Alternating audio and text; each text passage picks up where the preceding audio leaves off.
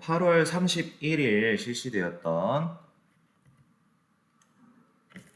지구과학 1 2023학년도 9월 모평 같이 한번 풀어보도록 하겠습니다. 조금 늦게 업로드는 되지만 같이 한번 저도 풀어봐야 돼서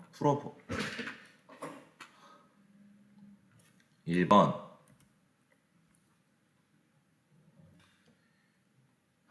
뇌우는 성숙 단계에서 동반하죠. 네, 동반하고 우박은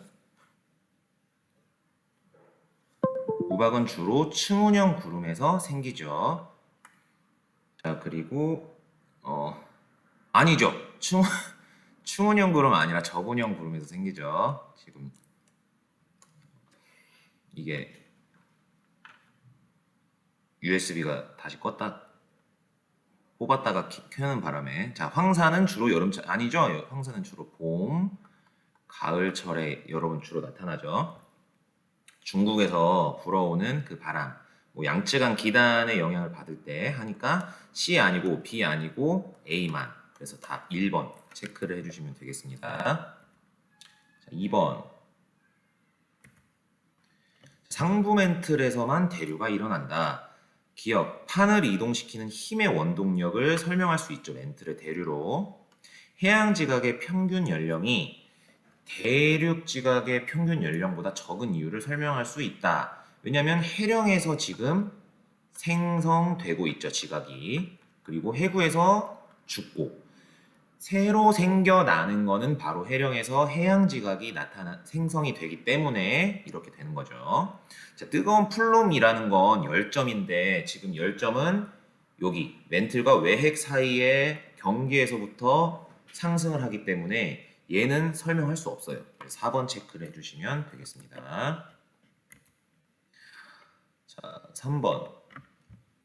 얘는 얘 그래프에 오해할 수 있는 점이 이거를 혼합층이라고 오해할 수 있다는 거예요.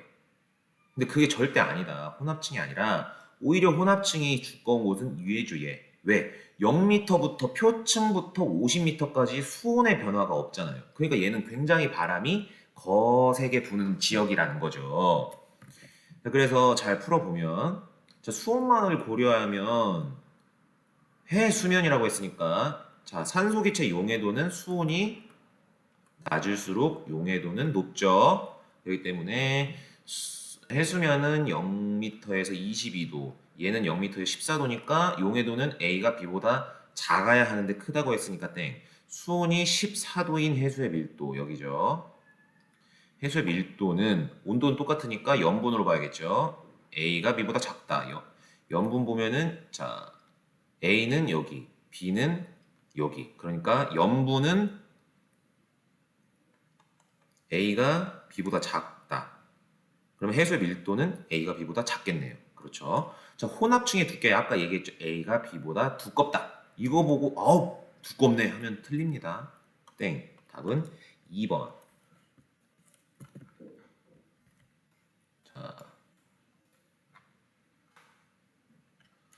자, 4번은 얘는 건열이죠. 딱 봐도 건열.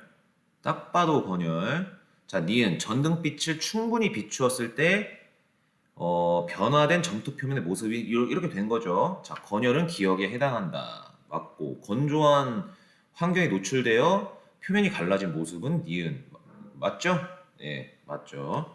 여감층 아니죠. 여감층 아니라 이 점토층에서 잘 발견이 되죠. 4번. 자, 5번. 자, 가시광선으로 관측을 했다. 근데 타원 은하와 불규칙 은하예요. 여러분, 타원 은하는 늙은 별들이 많고 붉은색 계통의 이 색을 띠고 불규칙 은하는 푸른 별들이 많이 있죠. 별 생성 은하예요. 별이 많이 생성되고 젊은 별들이 많고 고온에 이 질량이 큰 별들이 많아요. 자, 가는 불규칙이고 나는 타원이죠. 맞고 나를 구성하는 별들은 푸른 별이 붉은 별보다 많다고 했으니까 땡. 은하를 구성하는 별들의 평균 나이는 가가 나보다 적다. 그렇죠. 불규칙 은하의 나이는 그 무슨 은하죠? 타원 은하 말고 나선 은하라고 하죠. 나 지원을 지금 안 하다 보니까 나선 은하보다도 적어요. 불규칙 은하는. 그래서 여러분 기억 디귿 3번 3번 체크해 주시면 되겠습니다. 다음 페이지 넘어가서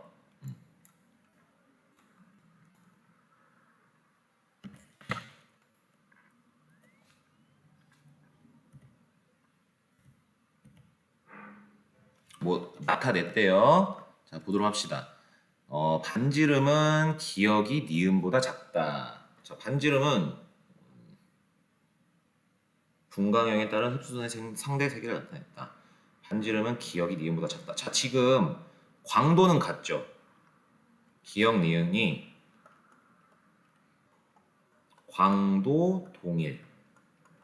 그러면 L이 같은데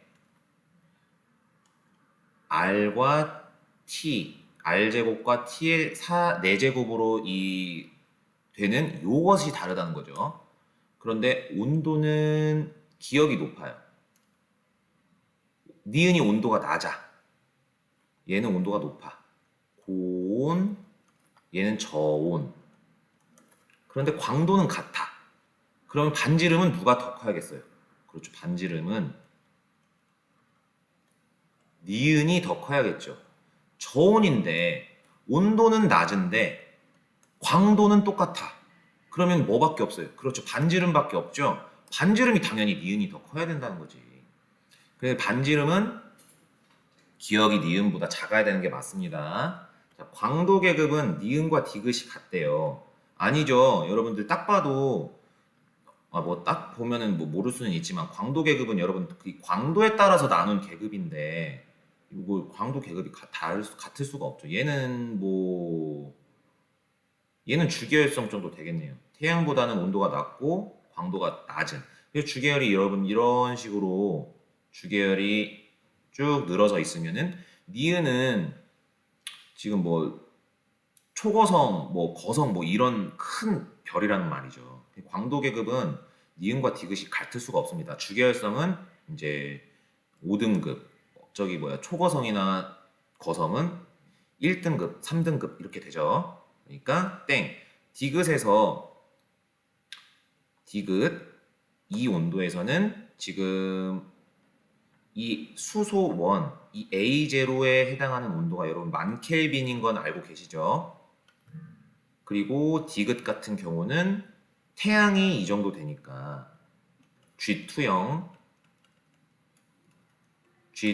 태양이 이 정도 되니까 디귿은 뭐 한 이 정도 될 거란 말이죠. 그러면 디귿은 이 수소 H1 흡수선보다 칼슘2 흡수선이 당연히 강하게 나타나겠다. 그래서 여러분들 3번 체크해 주시면 되겠습니다.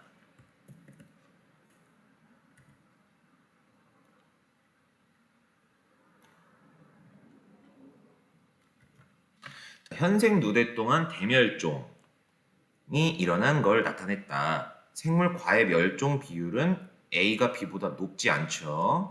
A와 B 사이에 최초의 양서류가 출현하였다. 자, A와 B 사이면 이제 고생대식이죠. 맞고 B와 C 사이에 히말라야 산맥 여러분 신생대. 근데 이 멸종은 여러분들 중생대 말. 그러니까 이때가 여러분 6,600만 년이죠. 6,600만 년 전이죠. 그러면 이때가 이제 신생대가 시작될 텐데 히말라야 산맥이 BC는 중생대인데 이때는 중생대인데 땡이죠. 그래서 2번 체크해 주시면 됩니다.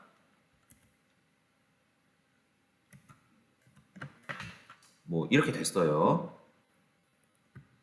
좀 줄여서 여러분 이 풍향이 이렇게 급격하게 바뀌는 여기가 전선이 통과한 부분인 거는 아시죠?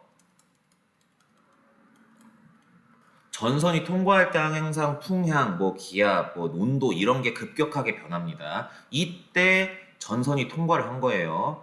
그런데 이제 북반구 어느 관측소니까 관측소의 북쪽을 통과했으니까 여기 관측소가 있으면은 이런 식으로 저기압이 이렇게 통과를 한 거죠. 이때 온난전선이 통과했고 이때 한랭전선이 통과를 해 간 거죠. 기압이 가장 낮게 관측이 되었을 때 남풍 계열의 바람이 불었다. 이때가 기압이 가장 낮게 측정이 됐는데 여러분 보시면 남풍 계열의 바람이 불고 있네요. 그리고 A일 때 A 여기일 때 관측소의 상공에는 온난 전선면이 나타난다. 지금 A에 있을 때는 온난 전선만 통과하는 시점인데 그러면 그려보면 어떻게 돼요? 지금 이런 식이죠. 여기 관측소가 있고 온난전선만 이렇게 통과한 겁니다. 저기압의 중심이 이렇게 있을 때 온난전선 통과. 시간이 없으니까 대충 그릴게요. 한랭전선은 이런 식으로 뒤에 있죠. 그러면 온난전선의 전선면은 우리 앞쪽으로 이렇게 되어 있잖아요. 그렇죠?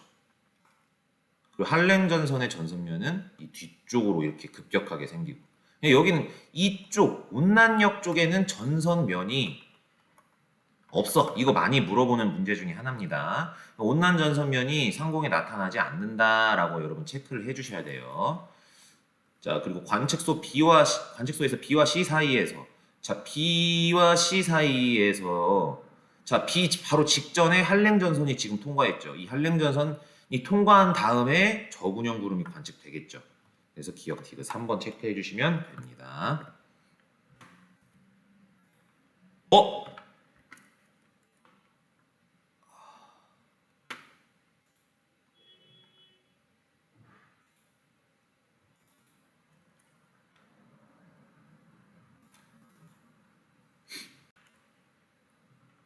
8번까지 했고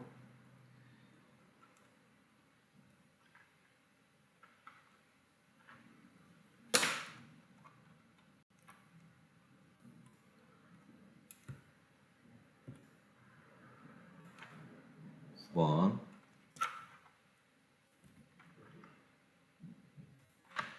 자, 마그마가 생성되는 지역을 A, B, C로 나눴다. A에서는 물이 포함된 멘틀이 용용되는 지역은 C예요. 틀렸어요.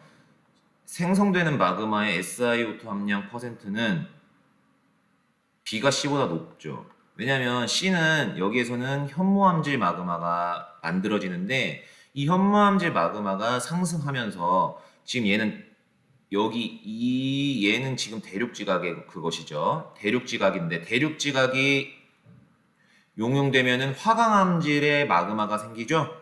화강암질의 마그마가 생겨서 이 둘이 섞이면은 뭐 안산암질이 될 수 있고 안산암질입니다. 그리고 뭐 현무암질 마그마가 섞이지 않고 대륙지각이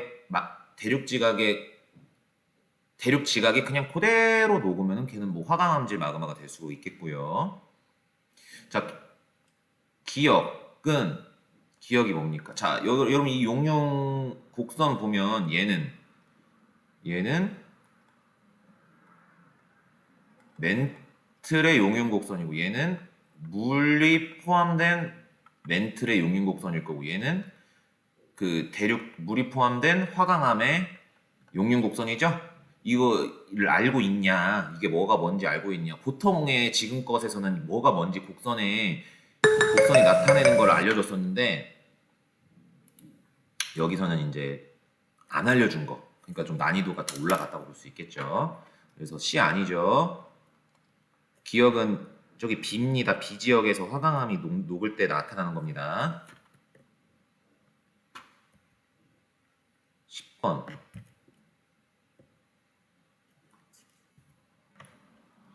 자, A는 보통 물질, 얘는 암흑 물질, 얘는 암흑 에너지죠.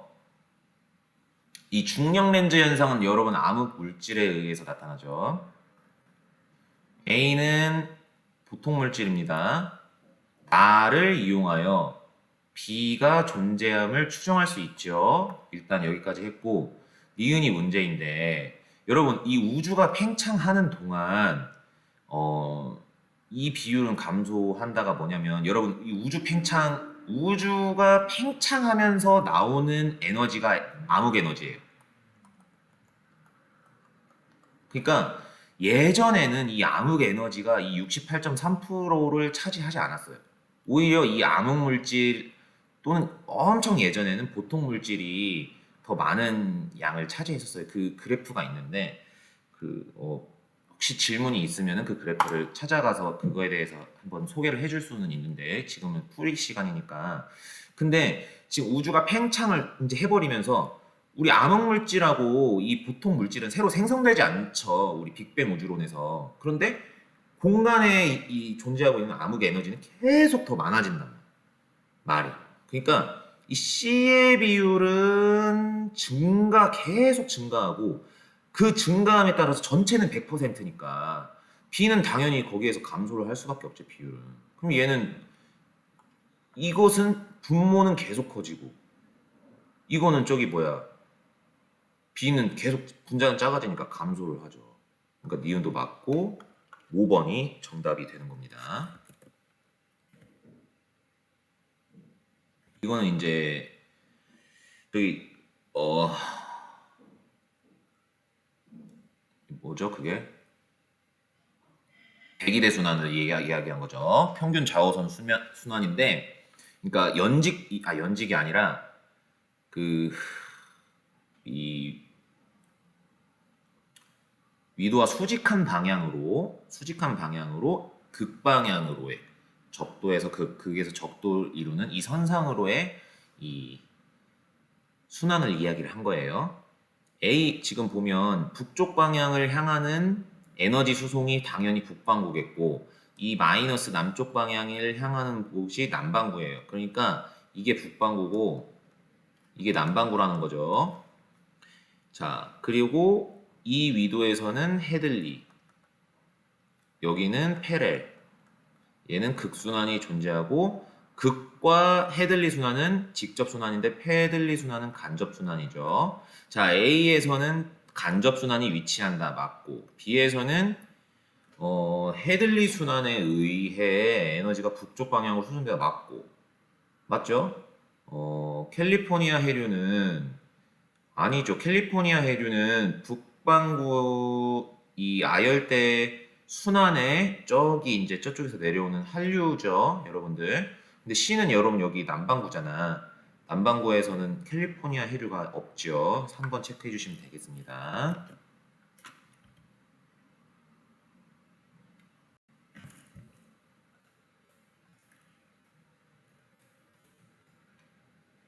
자, 12번. 태양 정도인 별이래.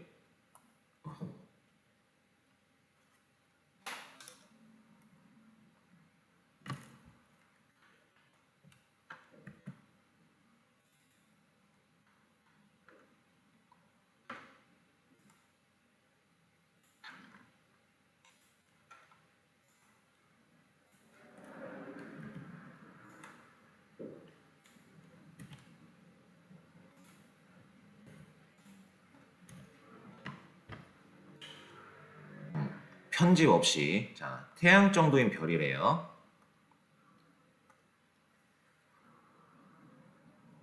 주계열 단계가 끝났어요. 그러니까 주계열 단계가 끝났다는 말은 여기서 여러분들은 요거를 이제 캐치를 해내야죠. 중심 핵에서 수소 핵 융합이 종료가 되었고 그러면 중심 핵에는 뭐만 존재합니까? 헬륨만 존재해. 그리고 중심 핵은 중력 수축을 하고 온도가 상승하겠죠. 언제까지? 헬륨이 탈 때까지. 그게 약 1억 켈빈이죠. 자, 보면 중심핵의 온도는 주계열 단계일 때보다 높죠. 중력 수축을 하면서 온도가 올라가니까. 자, 표면에서 단위 면적당 단위 시간에 방출하는 에너지 양은 주계열 단계일 때보다 같다. 이 말은 뭔 소리예요? 단위 면적당 단위 시간에 방출하는 에너지 양은 무엇과만 관계가 있습니까? 온도. 표면 온도. 자, 그런데 자, 이렇게 돼서 끝나는 게 아니죠. 이 다음에 뭐가 있어요? 이제 껍질에서 수소핵 융합 반응이 일어나면서 얘가 뭐 합니까? 팽창이 돼요. 껍질이 팽창. 그럼 얘 별이 확 팽창하면서 표면 온도가 여기 썼네. 낮아져요. 그 말은 요게 맞는 게 아니라 작아진다. 작다. 땡. 자, 수소 함량 비율은 중심액이 A 영역보다 높다. 아니죠. 중심액 아까 뭐야? 헬륨만 존재한다고 했잖아. 헬륨만 존재하니까 땡입니다. 1번.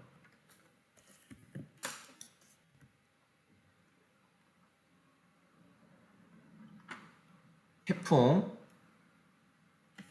자, 보면 이거를 보면 뭐가 뭔지를 그냥 딱 나와야 돼. 딱 나와야 되는데 여러분 태풍은 저기압이에요. 그러면 태풍이 와. 태풍이 나한테 다가와. 그럼 뭐가 다가오는 거야? 그냥 저기압이 다가오는 거야. 저기압이. 그럼 태풍이 나한테 왔어. 내 바로 옆에 있어. 내 태풍이 바로 옆에까지 왔어. 그럼 기압이 그때가 제일 낮은 거야. 그러니까 그냥 쭉 낮아졌다가 그 다음 이제 얘가 지나가면서 기압이 쭉 올라간다. 이게 기압입니다. 기압. 이거 기압. 그리고 풍향. 여러분들 풍향은 막 계속 보통은 구하지 않고 이렇게 진짜 말도 안 되는 듯이 이렇게 막 들썩들썩해요. 이게 풍향이에요. 풍향. 자, 그리고 풍속이 이제 이렇게 들쑥날쑥 더 들쑥날쑥한 게 풍속이죠. 이게 이 뭐야 태풍이 나한테 가까이 오면서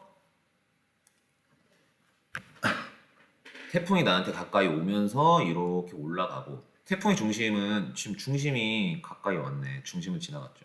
그러면서 이제 풍속이 갔다가 다시 태풍의 눈벽을 만나면서 올라갔다가 태풍이 가면서 이제 이렇게 낮아지는 모습을 보이는데 이걸 알 수 있어야 돼. 이걸 구분을 해낼 수 있어야 풀 수 있습니다. 자, 관측 속에서 풍속이 가장 강하게 나타나는 시각은 T3다라고 하는데 풍속 T3 맞죠? 그거 모르면은 틀린단 말이야. 태풍이 눈이 통과하기 전에 눈이 통과했네. 보니까 풍속이 낮아졌죠. 눈이 통과를 안 했으면 풍속이 안 낮아지고 계속 강한 채로 지나갈 수가 있습니다. 서풍 계열의 바람이 불었다. 눈이 통과하기 전에. 자, 보면은 풍향. 2. 동풍 계열이 불었네요. 동풍. 땡.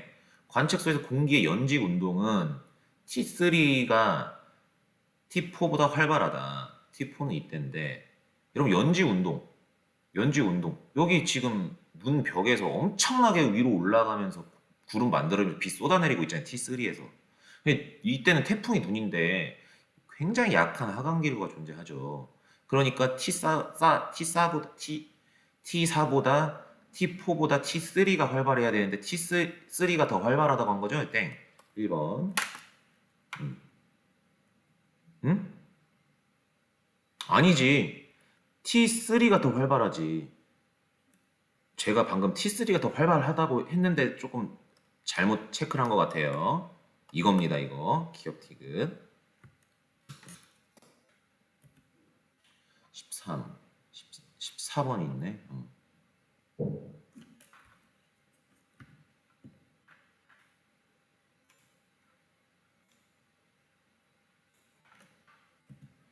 얘는 뭘 먼저 했더라.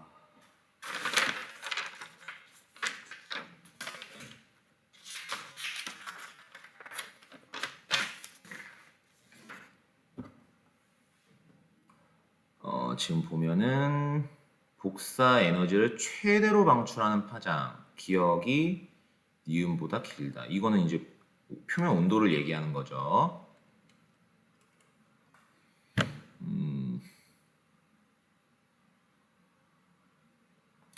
광도가 100, 반지름이 2.5.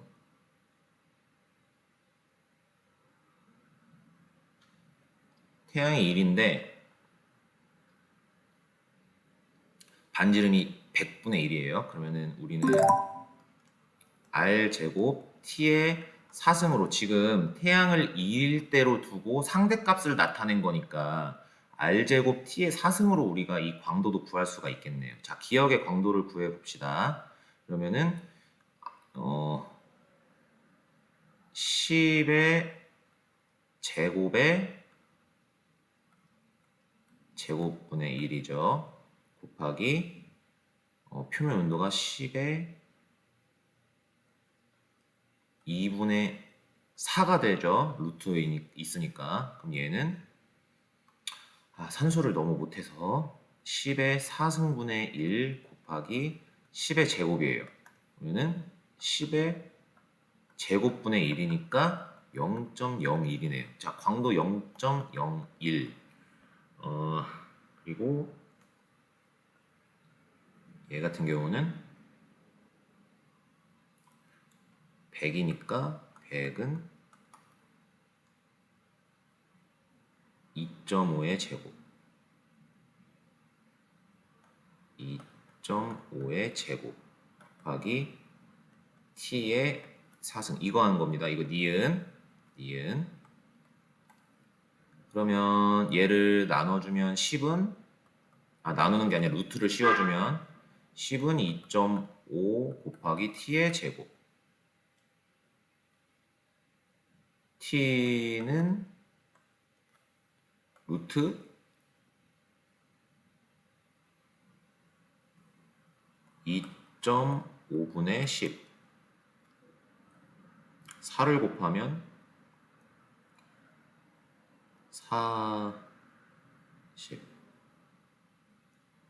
10. 얘는 루트 4는 2. 맞나요? 맞네. 2. 이렇게 나오네요. 자, 이런 식으로 구했죠. 이게 상대값이니까 이 광도에서 4파이R 제곱 뭐 이런 거 다 없애줘도 돼요. 반지름. 얘는 안 구해도 됐었던 것 같은데. 자, 일단 풀어봅시다. 자, 기역의 절대 등급 빼기 니은의 절대 등급은 값은 10이다. 자, 이 차이는 지금 광도 차이가 5만큼 날 때 절대 등급 차이가 얼마지? 실수.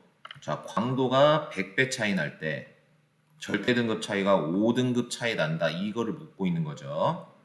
한번 해봅시다. 광도 차이가 얼마입니까? 100.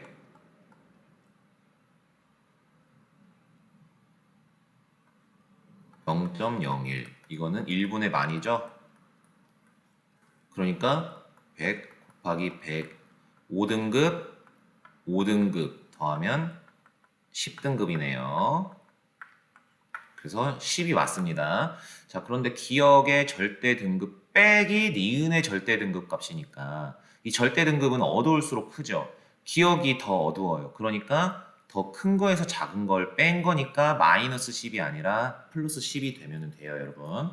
자, 별의 질량은 니은이 디귿보다 크다. 니은이 지금 보면은 주계열성 거성 백색 외성이거든요. 그러면 지금 얘가 주계열성이 돼야 되고요. 얘가 표면 온도가 1, 10. 광도가 굉장히 작죠. 반지름도 굉장히 작죠. 표면 온도는 태양보다 높은데 그럼 주계열성도 아니고 얘가 백색 외성이 돼야 되죠. 그러면 얘는 뭐 볼 것도 없이 거성이 되는데 별의 질량은 니은이 디귿보다 크다. 자, 여러분 이거는 어떻게 알면 되냐면 지금 여기를 지금 뭐가 답이죠? 표면 온도. 자, 얘는 지금 니은이 맞은 상태였고 복사 에너지를 최대로 방출하는 파장은 기역이 니은보다 길다. 표면 온도를 봤어야 되는데 루트 10, 얘는 루트 4죠. 그러면 표면 온도는 기역이 더 크죠. 기역이 니은보다 크다. 표면 온도가 높을수록 방출하는 파장이 짧아지니까 방출하는 파장은 기역이 니은보다 짧아야 돼요. 이게 땡이에요. 자, 그럼 기역 땡 니은 동그라미인 상태에서 우리가 HR도를 보면 이런 식으로 생기죠. 자, 그런데 지금 얘가 뭐였지? 얘가 주계열성이었고 얘가 백색유성이었고 얘가 이제 거성이어야 되는데 지금 니은 같은 경우는 광도가 태양의 100배라서 여기가 태양이면 얘는 여기에 있어요. 니은이 여기 있는데 디귿 같은 경우는 이 니은보다도 니은의 광도보다도 작아요. 그러니까 뭐 한 이 정도의 광도, 이 정도의 존재를 하는데 이 정도의 존재를 하는 거성은 여기 이제 이 니은보다 질량이 더 작은 여기에 존재하는 이 주계열성들이 이런 식으로 거성으로 이렇게 진화해가는 진화 경로 여러분들 보셨죠? 이 그래프. 그러니까 질량은 니은이 디귿보다 클 수밖에 없는 거예요. 디귿은 여기에서 진화를 한 것이기 때문에 애초에 가지고 있는 질량이 니은이 더 커요. 니은이 디귿보다 크다. 이게 맞는 말입니다. 5번 체크를 해주시면 되고.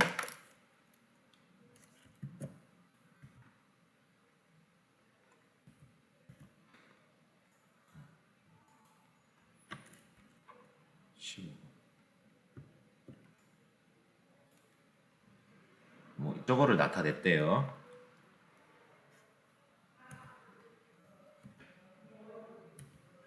자, 이때 보시면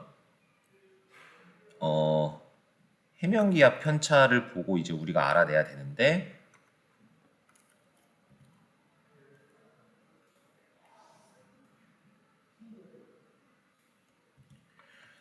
자, 이게 평상시 워커 순환이에요.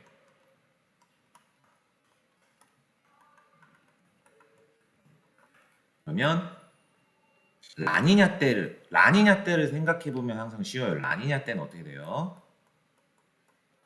얘가 엄청 강해지고 얘도 엄청 강해지고 얘도 엄청 강해져요. 그러면 얘는 평상시보다 더 고기압이 돼. 그러니까 편차가 플러스가 나와요.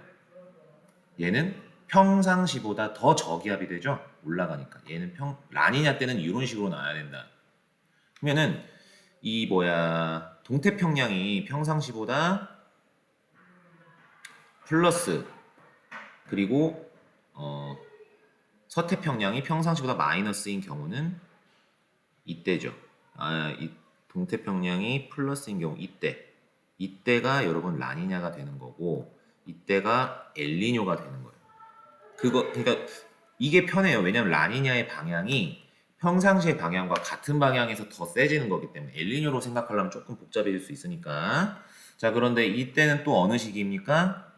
지금 여기 동태평양 이쪽의 평균 이때 온도가 올라갔어. 그러면 용승이 활발하지가 않다는 거야. 그걸 뭐라고 하죠? 용승이 안 된다. 활발하지 않다. 그 말은 용승이 잘 일어날 경우는 라니냐인데 얘는 용승이 잘 일어나지 않으니까 밑에 있는 차가운 물이 올라오지 못하면서 그대로 여기 따뜻한 물이 고여 있다는 거죠. 이쪽으로 잘 흘러가지도 않고 이때가 뭐입니까? 엘니뇨죠. 됐죠? 나는 B에서 측정한 거다. 그쵸? 엘니뇨를 엘니뇨에 측정한 거다. 맞고. 자, 적도복은 서태평양 평균 수온 편차 빼기 동태평양 평균 표층 수온 편차 값은 A가 B보다 크다. 이게 뭔 소리냐면 A는 라니냐고 B는 엘니뇨인데 자 자, 라니냐 때를 먼저 봅시다. 라니냐 때 이게 바람이 세게 부니까 이쪽으로 샥 많이 가겠죠. 그러면 동태평양에서는 용승도 막 활발할 거 아니야. 용승 활발. 그러니까 얘는 차가운 물이 많아요. 온도 하강. 표면 온도가 하강하고 평소에 비해서 표면의 온도가 상승해요. 이 라니냐 때는. 그런데 서태평양 평균의 표층의 수온의 편차가 그러면 라니냐 때 서태평양에서는 어떻게 돼요? 평소보다 온도가 올라갔죠. 그렇죠. 그러니까 이 서태평양 평균 라니냐 때 서태평양 평균 표층 수온의 편차는 올라간다는 거예요. 그리고 동태평양 평균 표층 수온의 편차는 감소하고. 그러면 라니냐 때 이 서태평양 평균 표층의 수온 편차가 올라간 거에서 감소한 동태평양 평균 표층 수온 편차를 뺐으니 이 값이 당연히 커야겠지. 라니냐 때가 크고 라니냐 때는 이 값이 크고 당연히 이거랑 똑같이 엘니뇨 때 하면 귀찮죠. 작겠지. 그러니까 A가 라니냐 때 더 크다는 거야. 기억, 니은이 왔다는 거. 자, 기억, 니은까지 했어요.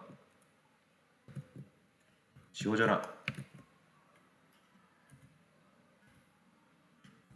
자, 기억 맞았고 니은 맞았어요. 자, 적도북은 서태평양 평균 해면 기압분의 동태평양 평균 해면 기압. 이때는 아까랑 똑같은 것 같은데 아까 했던 걸 안 지웠어야 되는데 지워버렸네요. 아 참. 자, 라니냐 때 강해진다고 했어요. 그러면은 요때 상승하는 게 증가하니까 기압이 작아지겠고 평소보다 하강 기류도 강해지니까 기압이 평소보다 이거는 평년에 비해서 낮아지고 높아진다는 거예요. 평균. 자, 그러면 라니냐일 때 서태평양 평균 해면 기압은 작죠.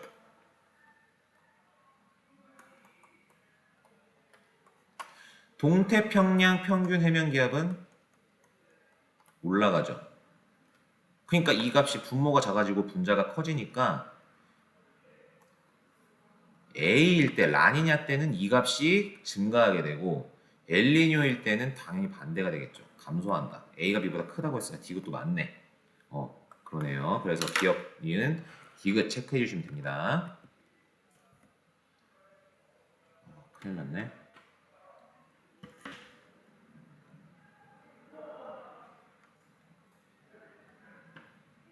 자, 봅시다. 세차 운동의 방향은 지구 공전 방향과 반대래요. 26,000년이래요. 자, 여러분 여기도 평소와 다르게 지금 지구의 방향이 지구 자전축의 경사 방향이 요렇게 되어 있다는 거 안 알려줬습니다. 이걸 그러니까 알으라는 거예요. 이렇게 되어 있죠. 지구의 경사 방향. 자, 그런데 이거를 우리가 위에서 이렇게 눈으로 봤다고 생각을 하고 그려보면은 얘는 이런 식으로 그릴 수 있겠죠. 자전축이 이쪽에 있어. 자전축이 이쪽에 꽂혀서 이렇게 되어 있어. 지금 이런 식으로 되어 있다고 여러분들 이해를 하세요. 위에서 내려봤을 때야.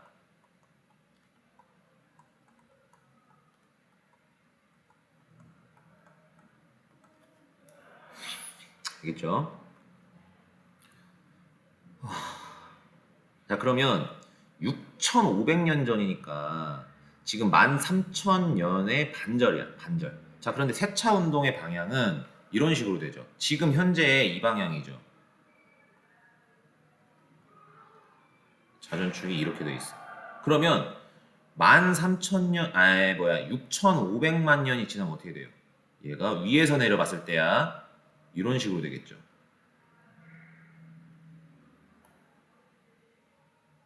세차 운동. 자, 그리고 위에서 내려봤을 때입니다. 자, 6,500만 년 지나면 어떻게 돼요? 이제는 이렇게 되는 거죠. 위에서 내려봤을 때, 위에서. 얘를 여기다가 그렸다고 생각하면은 이제 이런 식으로 되는 거지. 이런 식으로 바뀌는 거죠. 그리고 6,500만 년이 또 지나면은 어떻게 돼요?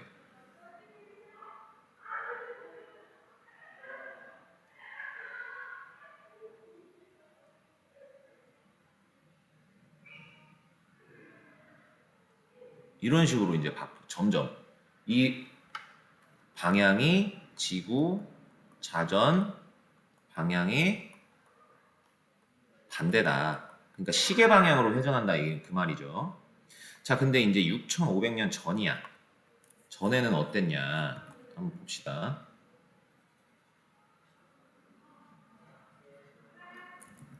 지금이 여러분들 이 방향이잖아요. 이 방향. 자전축의 방향. 그러면은 6,500년 전이니까 그때는 이 방향이 아니라 이제 요 방향, 이 방향이라는 거죠. 이 방향. 자, 이런 위에서 봤을 때 여러분 이게 지금 여기에 자전축이 꽂혀 있는 거잖아. 이 북반구 이쪽에 이런 식으로 위에서 봤을 때 이 6,500년 전이니까 시계 방향이 아니라 반시계 방향으로 돌려야 되는 거야. 어떻게 돼 있어야 돼?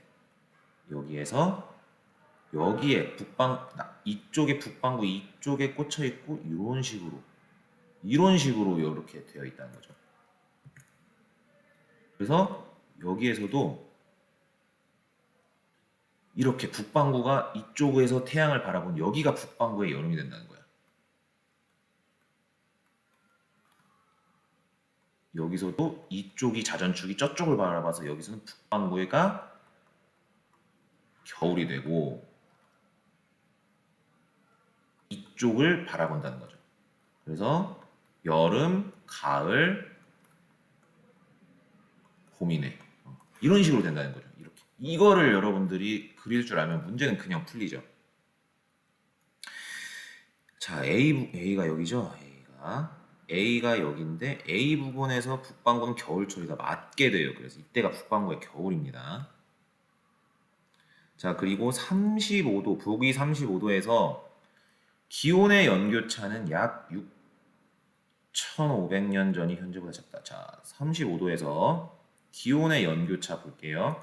일단 근일점과 원일점이 이때 있는데 현재 여름의 원일점이에요. 그리고 겨울이 근일점입니다. 그러면 여름에 멀리 있어. 겨울에 가까이 있어. 그러면 겨울이 따뜻. 여름이 시원. 여름이 시원하다고 해서 겨울보다 춥다는 건 아니죠. 여러분들 이 말의 의미를 다 알고 있을 거라고 믿습니다. 자, 그리고 모두가 다 알고 있다시피 경사각이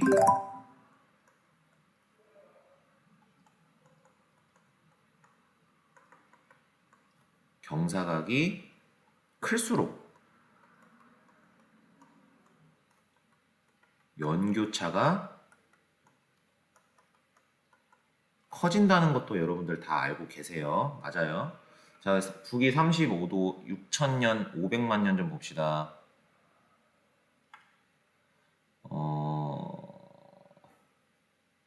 자전축 경사각이 커졌죠. 현재보다. 일단 자전축 경사각이 커졌고 그럼 연교차가 커져야 돼요. 지금보다 6,500만 년 전에 컸어야 돼. 자, 그리고 여름이 가까워졌죠. 원래 현재 여름은 원일점인데 원일점이 아니라 더 가까워졌어요. 근일점은 아니지만. 그렇죠. 그렇기 때문에 여름이 더 가까워지고 그럼 여름이 어떻게 됐다는 거야? 뜨거워졌다. 그리고 겨울이 조금 멀어졌다는 것은 근일점이었는데 조금 더 멀어졌다는 건 겨울이 추워졌다. 연고차가 커졌다는 거죠. 그래서 6,500년 전이 연교차가 지금보다 커야 된다. 니은 땡입니다. 자, 남위 35도에서 여름철의 평균 기온은 자 봅시다. 이제는 13,000년 후래요.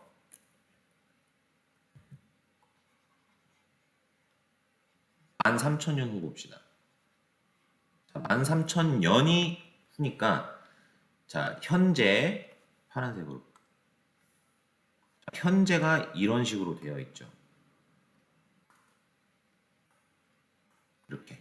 근데 13,000년 후니까 정확하게 반절이니까 13,000년 후는 이게 아니라 이 방향이 된다.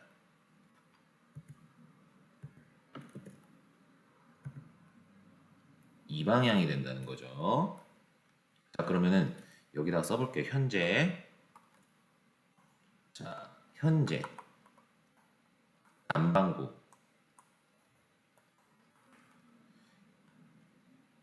여름의 근일점이고요. 남반구를 보는 거니까 겨울의 원일점의 위치예요. 자, 그런데 13,000년 후에는 반대로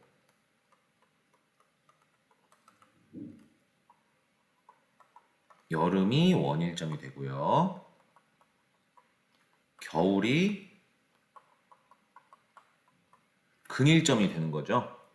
자, 그리고 그렇기 때문에 여름의 평균 온도가 이때가 더 현재가 더 높겠네요. 근일점에 위치하기 때문에. 자, 그리고 고도도 한번 볼까요? 현재보다 자전축의 경사각이 작아졌어요. 그 말은 여름철에 태양의 남중 고도가 낮아진다는 말이죠. 그렇기 때문에 현재보다 낮다라는 말이 맞게 되는 거예요.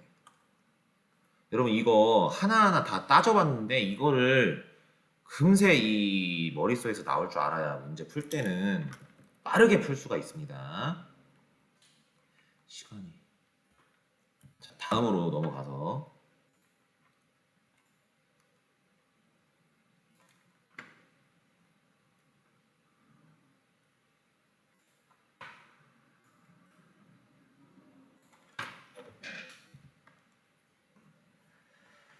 자, 여러분 여기서 중요한 거는 지금 각각의 이 10, 20, 40, 60 써 있는 것은 고지자기 방향으로 추정한 지리상의 북극인데 중요한 거는 지리상의 북극이 변하지 않았다는 거예요.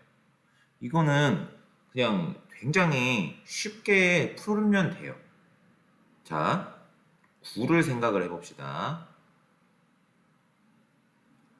여기가 지리상의 북극이에요. 그런데 지금 지괴가 여기 적도 조금 크게 그려야겠다.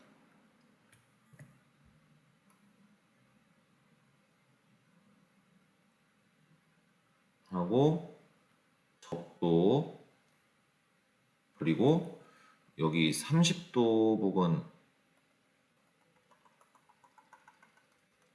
60도 부분 여기가 이제 90도 되는 부분이 지리상의 북극이죠. 그리고 여기에 지괴가 있죠.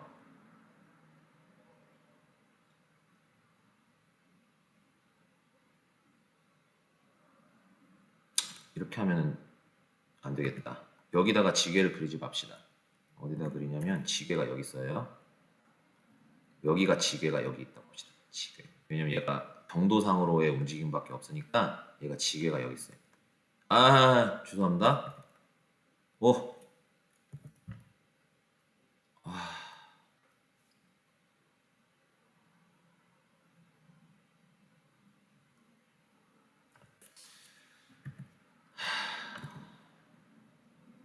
안 돼. 자, 이렇게 있을 때 지괴가 거기 있으면 안 되고 지괴는 여기 있어야 되죠. 현재 지괴 위치. 그러면 여러분 이게 고지자기상으로 추정한 지리상의 북극이니까 그리고 지리상의 북극이 변하지 않았다는 건 옛날에도 이 지리상의 북극은 이 위치였다는 거예요. 근데 왜 지리상의 북극이 자꾸 이상한 데 찍혀 있냐? 그럼 지계가 움직였다는 거거든요. 그럼 우리는 뭐만 해주면 되냐? 그냥 그때 측정했다고 여겨지는 이 저기 뭐야 100만 년 전이니까 언제예요? 100만, 1000만 년, 1000만 년 전?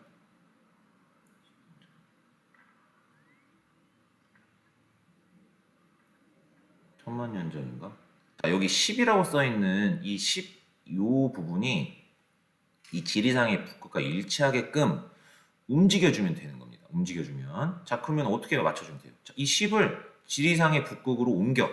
그럼 그만큼 지궤도 올라가야겠죠. 같이 올라가야지. 그러면 10이 여기, 원래 여기 있었잖아. 그럼 10이 이렇게 지리상의 원래 북극과 동일한 자리로 가야 하니까 지궤도 그만큼 올라가는 겁니다.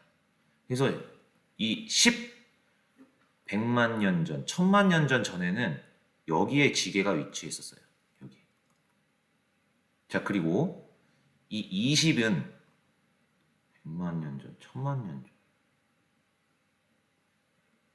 2000만 년 전, 2000만 년 전에는 얘가 여기에 있었죠. 여기에 20이 찍혀 있죠. 아, 여기보다는 조금 여기 20이라고 찍혀 있는데 20이라고 찍혀 있는 걸 또다시 이렇게 옮겨주면 돼요. 그럼 그만큼 지궤가 어디로 가야겠습니까? 이만큼 내려가면 돼요. 여기가 2000만 년 전에 있었던 곳인 거야. 자, 그리고 4000만 년 전에는 좀 더 여기에 있었죠. 얘를 지리상의 북극으로 갖다 대. 그러면 어떻게 돼요? 여기가 4000만 년 전에 지계가 있었던 겁니다. 자, 이 30도 여기가 여러분들 30이 아니네. 여기가 6000만 년 전이야. 그럼 얘는 이만큼의 거리를 이렇게 갖다 대면 돼. 그러면 얘는 30, 30. 여기가 6000만 년 전에 지계가 있던 곳이다. 그러니까 지계의 움직임이 어떻게 된 거예요? 6000만 년 전에는 여기 있었다가 점점 북상을 한 거죠. 북상을 했다가 다시 남하하면서 현재의 위도에 위치하게 된 것이다 라는 거죠. 자, 그럼 지계는 여러분 요거 항상 똑같은 패턴으로 나오니까 항상 그 극이 변하지 않았다는 거를 염두에 둔 다음에 갖다 맞추면 돼요, 여러분. 어려워하지 마시고 질문 있으면 이야기하세요. 댓글이나. 자, 60에서 40 동안 더 이동 거리가 크죠? 그러니까 빠르게 이동했겠지. 자, 6천만 년 전에 생성된 고지자의 복합은 마이너스겠죠. 왜냐면 남반구잖아. 남반구의 복합값은 마이너스죠. 1000만 년 전부터 현재까지 지계 이동 방향 남쪽이죠. 1번 체크해 주시면 되겠습니다.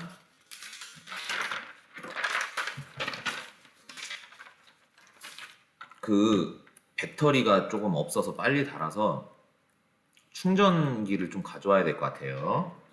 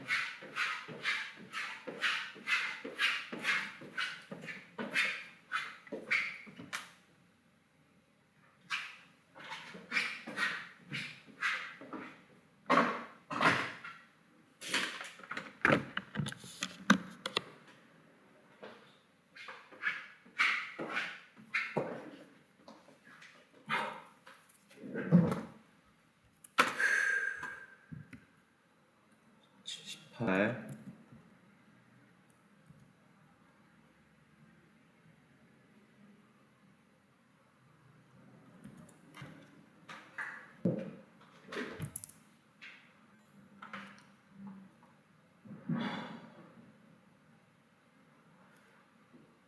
중심별로부터의 거리가 1AU가 안 되기 때문에 생명 가능 지대의 폭은 그 중심별에서 멀수록, 그러니까 다시 말하자면은 별의 광도가 클수록 생명 가능 지대까지의 거리도 크고 거리도 커지고 폭도 커지죠. 이게 1학기 때 개인적인 사정으로 안 하고 지금 지원을 안 하다 보니까 조금 막 그 용어나 이런 것들이 잘 생각이 안 나는 것 같아요. 그래서 바로바로 막 이렇게 말을 이게 안 나와서 죄송합니다. 이 외계 행성계보다 태양계보다 좁습니다. 네. 자, 그리고 이거는 지금 여러분 우리가 별은 구의 모양이죠. 그렇지만 우리가 볼 때는 우리가 달이 구형이지만 보름달을 우리가 보면 어떤 모양을 보여요? 보름달이 이렇게 와 구형이다 해가지고 달의 막 모양이 입체적으로 보입니까? 그게 아니죠. 달은 그냥 구형이지만 우리가 볼 때는 원 모양으로 이렇게 보인단 말이에요. 그럼 원 모양으로 보이기 때문에 원의 면적은 어떻게 구해요? 파이 r의 제곱으로 구하죠. 우리가 이 별에서 나오는 이 빛을 볼 수 있는 면적은 파이 r의 제곱으로 보인다는 말. 그러면 이 전체를 다 볼 수 있는 이 보름달 형태, 이게 여러분들 우리가 100%로 볼 수 있다라고 얘기할 수 있겠죠. 그게 1이에요. 그러면 이 0.992는 무엇 때문에 가려진 겁니까? 행성 때문에. 이만큼의 행성 때문에 가려진 거예요. 다시 말하자면은 원래는 이렇게 밝은 별을 100%만큼, 그러니까 1이죠. 1이 100%니까 볼 수 있었으나 그 앞을 이 행성이 지나가면서 이만큼을 가려버렸단 말이에요. 그러니까 우리는 100%의 별의 빛을 보지 못하고 가려진 만큼 이 0.992만큼의 별의 밝기를 볼 수 있다. 그 말이에요. 그쵸? 근데 그거는 뭐와 연관이 돼? 이 면적과 연관이 된다. 그럼 중심별의 반지름은 어떻게 구해? 이 파이 r이 제곱이 분의 행성의 반지름은 파이 r 행성의 제곱이겠죠. 얘는 항성 별이라고 합시다. 비슷하니까. 이게 1분의 얘는 지금 별의 밝기니까 가려진 만큼은 얼마입니까? 이 가려진 만큼 0.008이 되겠네. 이게 곧 가려진 만큼은 누가 가렸겠어? 그 행성이 가렸으니까 이게 요 공식이 되겠죠. 그럼 뭐 파이는 없어도 되니까 r 별분의 r 뭡니까? 행성은 1000분의 8 루트 씌운 값이 되겠네요. 그러면은 루트의 125분의 1이 되겠네요. 근데 얘는 루트 값이 없으니까 땡 이렇게 된 거고, 좀 지우고 기억 맞았었고 니은 땡이었죠. 중심별의 흡수선 파장 얘는 뭐냐, 지금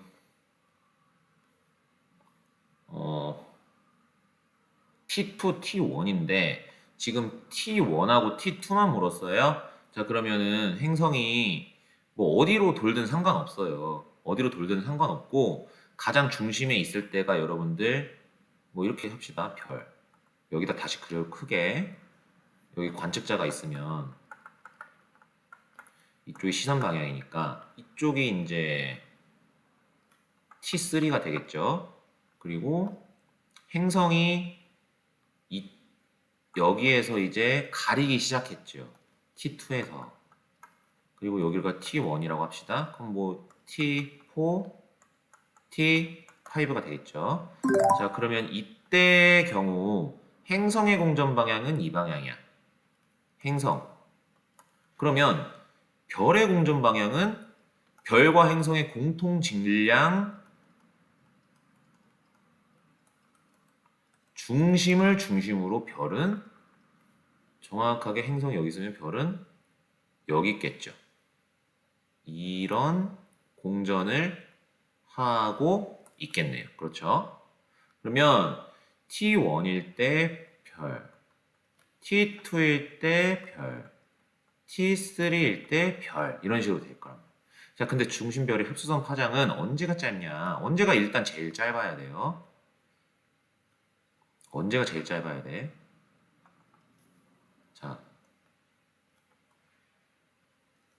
여기에서 멀어지니까 가장 길고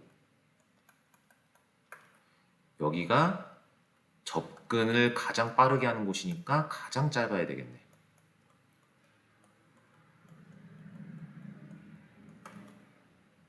그러면 T1,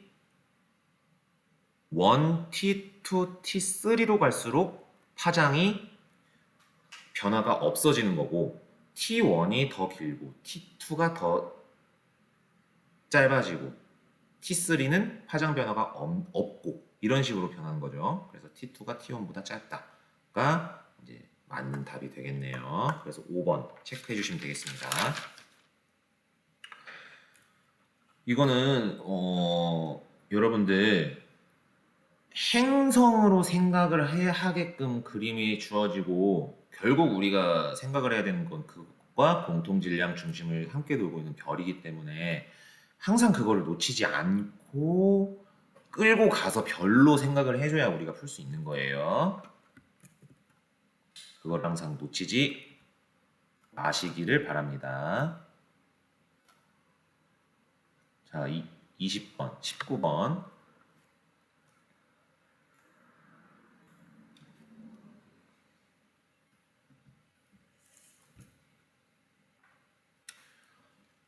얘는 또 따져줘야 돼요. 자, 그런데 일단은 반감기 먼저 구해서 써봅시다. 반감기. x와 x는 얼마인지, y는 얼마인지 한번 써놓고 시작합시다. 자, x의 반감기인데 방사성 원소의 함량과 자원소의 함량 처음에는 방사성 원소만 100이고 얘는 없겠죠. 얘만 100이야. 그러니까 뭐 이건 비율이 1대 빵이지. 그런데 방사성 원소가 반절이 자원소로 변하는 얘와 얘의 비율이 1대 1이 되는 그 순간이 반감기죠. 한 번의 반감기가 지나는 거니까. 그러니까 여기가 반감기예요. 여기와 여기. 그래서 x 같은 경우는 1억 년이고 y는 2억 년이 되는 거예요. 그때 뭐가 어디에 섞여 있는지는 모르지만 50%와 25%중 하나다. 그러면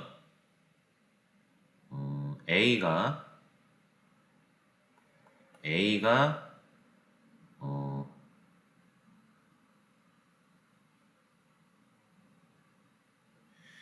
A가 X, B가 Y일 경우를 한번 생각을 해봅시다. A가 X이고 50%면은 얘는 1억 년 지났죠.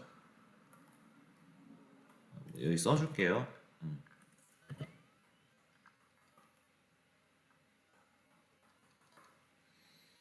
A가 50%이면 1억 년이죠. 반감기 그대로. B가 두 번 지났죠. 25%니까. 그럼 4억 년이에요. 그 다음 A가 Y이고 B가 X일 경우를 한번 생각을 해봅시다. 그러면 A 50%니까 2억 B가 X 반감기가 25%두 번째는 얘 2억입니다. 자, 근데 얘가 될 수밖에 없는 게 얘는 안 되고 지금 여러분들 이 그림을 보면 지금 요 부정합으로 인해서 이 부정합으로 인해서 A는 잘렸고 B는 잘림이 없죠. B는 여기 보면 잘림이 없죠. 그 말은 누가 더 먼저 생성이 됐다는 거예요. 이 부정합보다 먼저 생성된 게 A고 그 다음에 B가 생성이 되었다라는 거죠. 잠깐만요. A와 B에 포함된 방사성 원소 함량 각각 처음에 서로 다른 하나이다. 자, 그러면 이게 A가 50%고 B가 25%라는 게 아니라 뭐가 됐든 다르다는 거네. 그러면 나이는 A가 B보다 많죠. 문제를 잘 읽어야 돼요. 그러니까 이렇게 문제 실수하면 안 돼요. 근데 이게 A가 아니라 B가 되면 되는 거고 얘가 A가 되면 되는 거죠. 그래서 A가 4억 살, B가 1억 살짜리 여기 뭐야? 화성암이다. 자, 됐네요. 자, 반감기는 X가 Y의 2분의 1배이다. 맞고 A에 포함되어 있는 방사성 원소는 자, A에 포함되어 있는 방사성 원소는 Y이다. 맞죠? 자, 가에서 단층 F 다시 F 프라임은 중생대에 형성되었다. 자, 봅시다. A의 나이가 4억이에요. A의 나이가 4억 살이야. 그러면 2억 5천 년 전에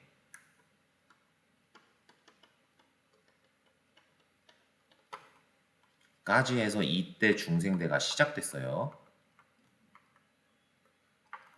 자, 그런데 지금 이 단층이 요 A에 의해서 관입이 됐죠. 그러면 이 단층은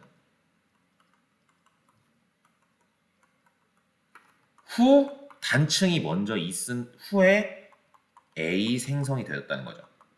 항상 관입이 되어서 관입을 당한 암석은 그 관입이 일어난 그 시절보다 더 먼저 있었던 거죠. 그러니까 이 중생대는 2억 5천만 년 전부터 우리가 중생대라고 하는데 중생대 형성될 수가 없지. 왜냐면 A의 나이가 이미 4억 살이니까 4억 살보다 더 먼저 이전에 생겼어야 되는 거죠. 뭐 고생대 아니면은 뭐 고생대 보통 고생대일 텐데 뭐 성캄브리아 시대인지 뭐 그거는 뭐 따져봐야 아는 거고. 그러니까 얘는 땡. 그래서 여러분 3번 체크해 주시면 됩니다. 자, 20번. 120억 년 전에 우주는 가속 팽창했다고 하는데 지금 120억 년 전에는 얘가 지금 이런 식으로 기울고 있죠.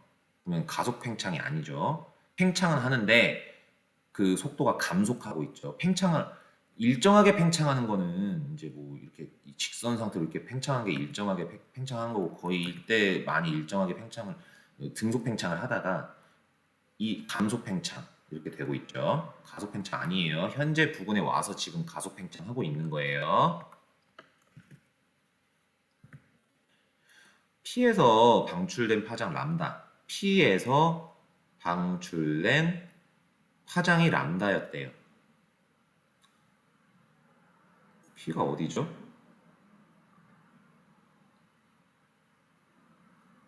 여기죠. 120억 년 전이네요. 이때. 그럼 120억 년 전에는 우주의 크기가 5분의 1이었으니까 이 파장 값도 똑같이 여러분들 증가하고 감소한다고 보면 돼요. 자, P에서 5분의 1의 우주 크기를 가지고 있을 때 Q에 도달한 때를 보세요. Q에 언제 도달했냐면 여기에서 Q에서 도달하죠. 80억 년 전에. 그때 이 현재의 5분의 1 크기였던 이 파장도 이 Q에 도착했을 때는 2분의 1의 우주를 크기를 갖고 있기 때문에 얘가 이렇게 증가한다는 거죠. 얘가 2분의 1만큼의 우주를 만나게 되었다. 도달했을 때 근데 이 5분의 1 시절 때 파장이 람다였대요. 그러면 2분의 1 때는 얼마냐? 이거 비례식 이렇게 세워서 풀면 돼요. 그러면 2분의 람다는 5분의 x고 x는 2분의 5 람다니까 얘가 2.5 람다다. 니은은 맞다. 자, 그리고 디귿. 자, 관측자가 여기 있고요. Q까지의 거리인데 현재 Q까지의 거리는 여기죠. 기억. 그런데 여러분 이